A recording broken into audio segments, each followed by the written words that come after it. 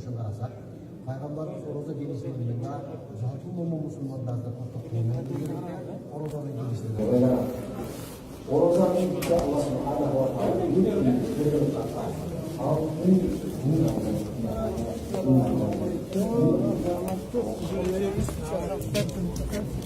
Orhan İnancı'yı buraya terörist olarak çağırıyorsunuz Ramazan'da, büyükelçi çağırıyorsunuz. Yok mu? Yok böyle bir şey. Ondan sonra ne müftiyatı?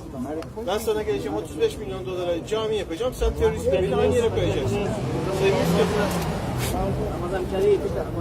Yani buraya FETÖ terör örgütünün başını buraya nasıl çağırıyorsunuz ya?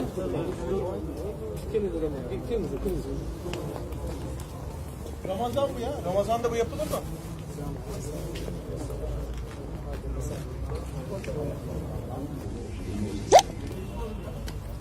Ya Türkiye'yi ya teröristleri seçersiniz. Ya Türkiye'yi seçersin ya terör örgütünü seçersin.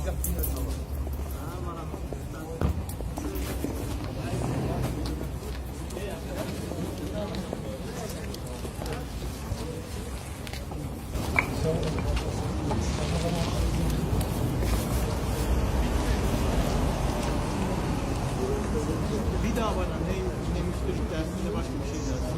Hiçbir şey getirmiyor. Benim işim müftülük bitmiş.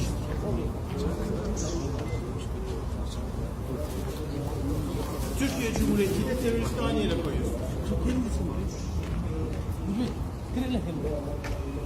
Kim çağırdı? Görmüyor musunuz siz?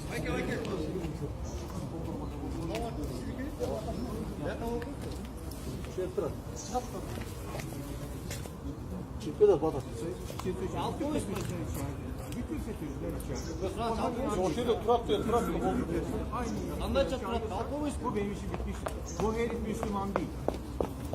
Bana hiç söylemeyin. Benim işim bitmiş. Ben şimdi Cumhurbaşkanı'na söyleyeceğim.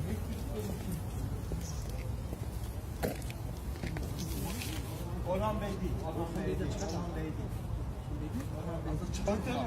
Ekim mi? Teşekkür ederim.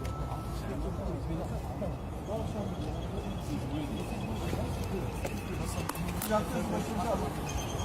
Ne demek hocam? Kim var içeride? Sen farkında mısın? Kim var içeride?